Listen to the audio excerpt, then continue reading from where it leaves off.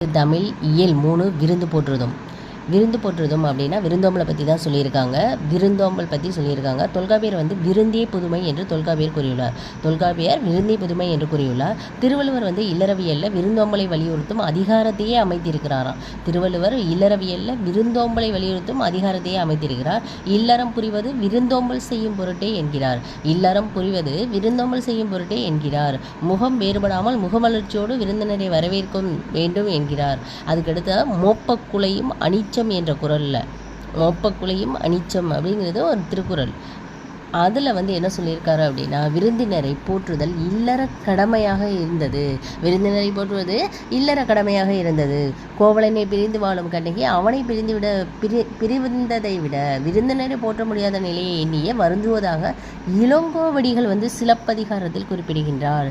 கல்வியும் செல்வமும் பெற்ற பெண்கள் விருந்தும் ஈகையும் செய்வதாக கம்பர் குறிப்பிட்டுள்ளார். அப்போ கல்வியும் செல்வமும் பெற்ற பெண்கள் விருந்தும் ஈகையும் செய்வதாக யார் குறிப்பிட்டது அப்படின்னு ஒரு கொஸ்டின். அது கம்பர். கலிங்கத்து பரணியிலும் ஜெயங்கொண்டார் விருந்தினருக்கு உணவிடுவோரின் முகமலர்ச்சியை உவமையாக்கியுள்ளார். அதற்கான பாடல் வரி நம்ம பார்ப்போம். அந்த பாடலை கொடுத்து தான் நம்ம கேட்பாங்க.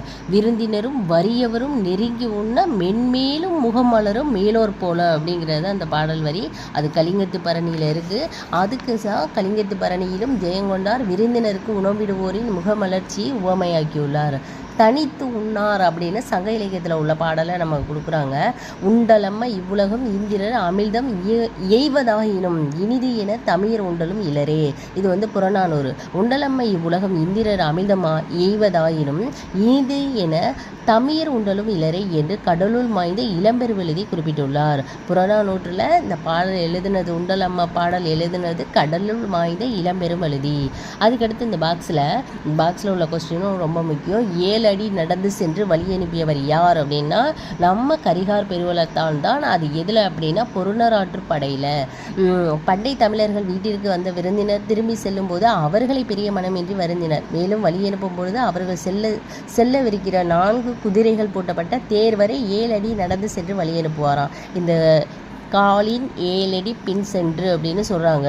பொருணராற்று படையில் யார் அப்படின்னா கரிகார் பெருவளத்தான். இந்த பாடலை சொன்னது யார் அப்படின்னா பொருணராற்றுப்படை முடத்தாம கண்ணி கரிகார் பெருவளத்தானை பற்றி சொல்கிறாங்க.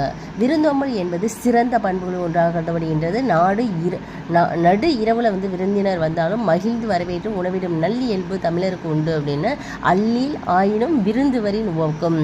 அல்லில் நடுச்சாமமாக இருந்தாலும் நான் விருந்துன்னு வந்தால்